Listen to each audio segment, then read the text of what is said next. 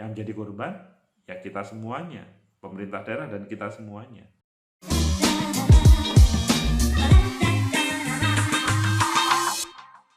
Assalamualaikum, selamat pagi, salam sejahtera untuk kita semua.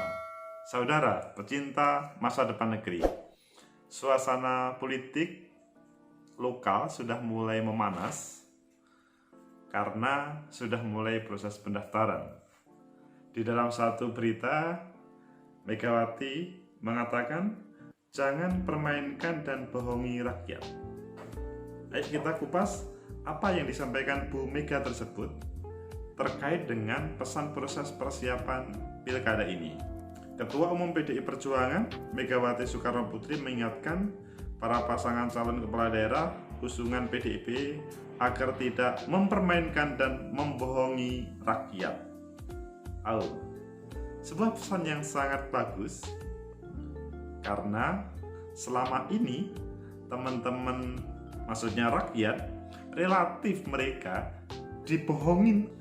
Mega mengatakan bahwa rakyat merupakan pemegang kedaulatan penuh negara. Kalau ini betul, jadi kedaulatan penuh negara adalah di tangan rakyat, dan demokrasi adalah dari rakyat, oleh rakyat, dan untuk rakyat. Jangan sampai hal ini dibelokkan. Rakyat tuh pemegang kedaulatan, jangan dipermainkan.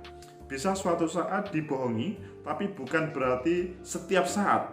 Katanya ketika memberikan pengarahan kepada pasangan calon pilkada 2020 pada Rabu kemarin.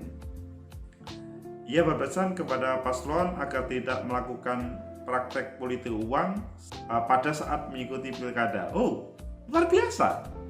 Jangan politik uang. Sebuah pesan yang tidak cukup hanya pesan, tetapi ini perintah. Karena forumnya adalah forum para calon kepala daerah. Percaya?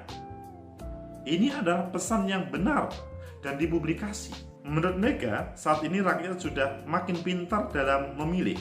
Mereka, rakyat sudah bisa melihat, mereka sebenarnya dengan pemilu langsung, kalau pemilu langsungnya ataupun pilkadanya itu benar-benar yang namanya luber jurdil.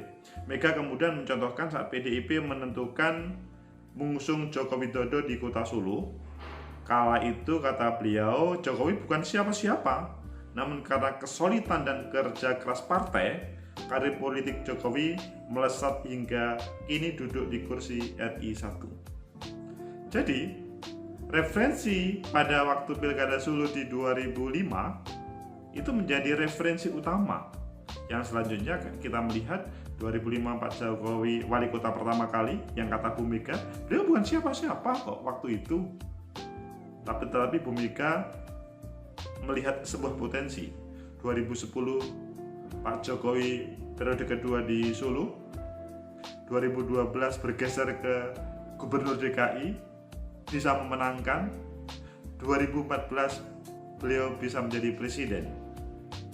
Itu kata Bu Mega.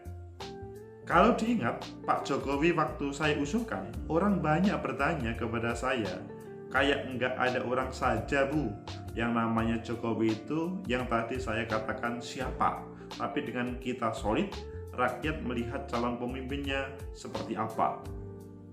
Kata Mega, rakyat itu makin hari makin pintar, mereka hanya bisa bicara, mereka mendengar, melihat. Apalagi setelah diberi hak langsung bisa memilih, sangat pintar. Pikiran mereka pun berjalan, tegasnya. Saudara, pecinta masa depan negeri, pesan khusus yang sangat bagus dari Bu Megawati untuk seluruh politisi, meskipun pesannya adalah kepada para calon kepala daerah yang diusung PDI Perjuangan, tetapi ini sebetulnya pesan untuk seluruh komponen dari peserta pemilu. Tidak cukup pada calonnya sih, teman-teman partai pun juga mendapatkan pesan. Dan yang lebih umum ketiga adalah seluruh rakyat Indonesia, bahwa politik uang itu bukan segala-galanya. Politik uang itu memang di beberapa titik menjanjikan, menjadikan menang. Tetapi Belum tentu hal itu terjadi, kata Bu Megawati. Rakyat semakin pintar kok. Bahkan teman-teman selalu mengatakan, ambil uangnya tetapi jangan dipilih calonnya. Kalau melihat dari sini, maka proses politik di 2020 pilkada ini sangat bagus. Karena semua calon kalau menerapkan ini, maka kedaulatan betul terjadi, kesejahteraan terjadi. Tetapi pertanyaannya, percayakah Bapak Ibu Saudara terkait dengan pada pilkada 2020 tidak ada politik uang? Ya, sebagian percaya, sebagian tidak. Taruhlah sebagian percaya tidak ada politik uang itu. Dan sebagian berusaha bagaimana politik uang itu tidak ada. Dilihat dari proses ini, proses pilkada 2020 yang relatif, sebagian partai politik itu tidak menjadikan mahar politik, maka kemungkinan politik uang itu tidak ada, kecuali yang mereka menggunakan mahar. Meskipun sebetulnya kalau kita berbicara regulasi, mahar politik itu tidak ada, tapi ada saja partai politik yang memainkan itu, sehingga seorang bakal calon itu harus mengeluarkan sekian juta, sekian miliar, sekian triliun, yang itu di beberapa titik dilawan oleh teman-teman ya sesama partai, maksudnya sesama internal partai, karena dia mempunyai calon yang mempunyai masa depan, tetapi ada yang dipaksakan dan tidak mempunyai masa depan. Itu fenomena yang pertama.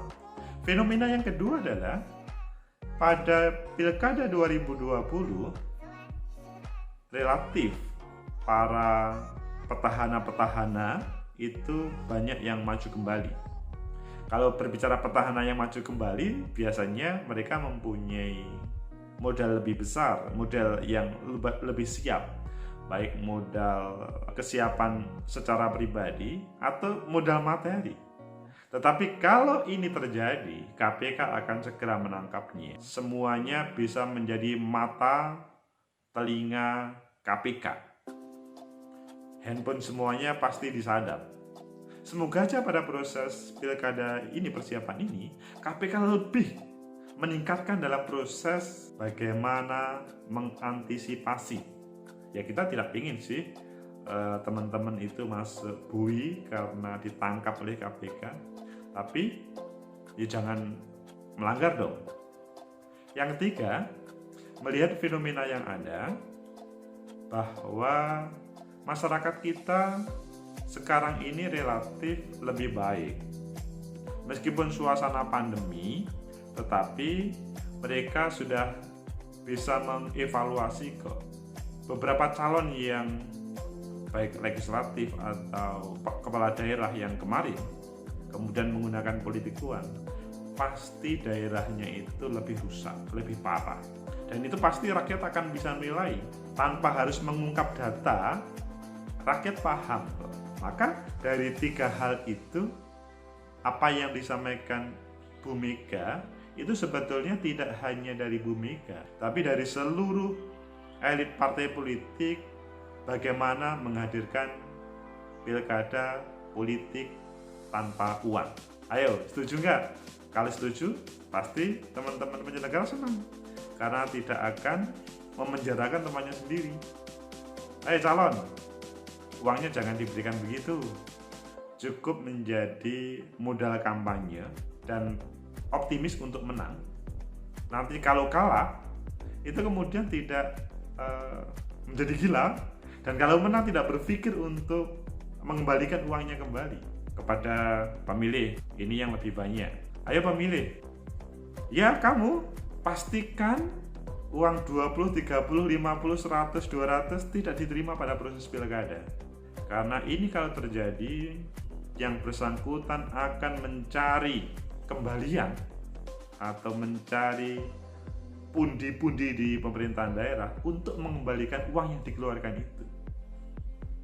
Yang menjadi korban ya kita semuanya, pemerintah daerah dan kita semuanya. Yang ketiga, teman-teman elit partai ya, mohon elit-elit partai menjadikan tradisi yang baru. Emangnya lu siapa kok merintah-merintah elit partai? Iya, ini bukan merintah. Ini ajaan untuk menjadikan demokrasi lokal kita lebih baik. Saudara, pecinta masa depan negeri, jangan saudara bohongin dan permainkan rakyat. Ini adalah sebuah pesan yang luar biasa. Kalau kita ke arah teori sosial, ada teori dramaturgi menjelaskan bahwa ada panggung depan dan panggung belakang. Yang ini biasanya sangat cocok untuk politik, politisi, dan sekitarnya. Biasanya ada perbedaan. Panggung depannya mengarah ke kanan, panggung belakangnya mengarah ke kiri. Tetapi bagaimana dengan pesan yang sangat bagus tadi? Jangan bohongin rakyat dan jangan permainkan rakyat, karena rakyat semakin pandai. Kalau masih terjadi kebohongan ini pada proses pilkada 2020, maka ini adalah merupakan ancaman. Karena memang betul rakyat kita itu sudah melek politik. Kalau rakyat hanya sebagai objek dalam proses politik ini, misalkan pada proses kampanye mereka seakan-akan dibawa ke suasana yang luar biasa, nyaman, sejahtera, adil, sehingga pada waktu hari H itu memberikan pilihan kepadanya. Tetapi sesudah terpilih, yang bersangkutan meninggalkan. Ini adalah sebuah catatan. Bagaimanapun rakyat itu tidak pilkada pada saat sekarang ini saja. 2015, 2010, 2005 mereka sudah menjadi bagian proses politik. Maka kalau trik-trik tersebut masih diberlakukan, kemungkinan tidak akan dipilih.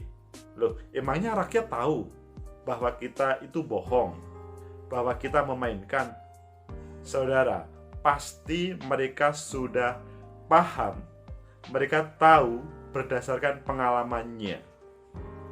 Jadi ada beberapa partai yang menurut mereka itu pernah tidak sesuai dengan program visi misinya.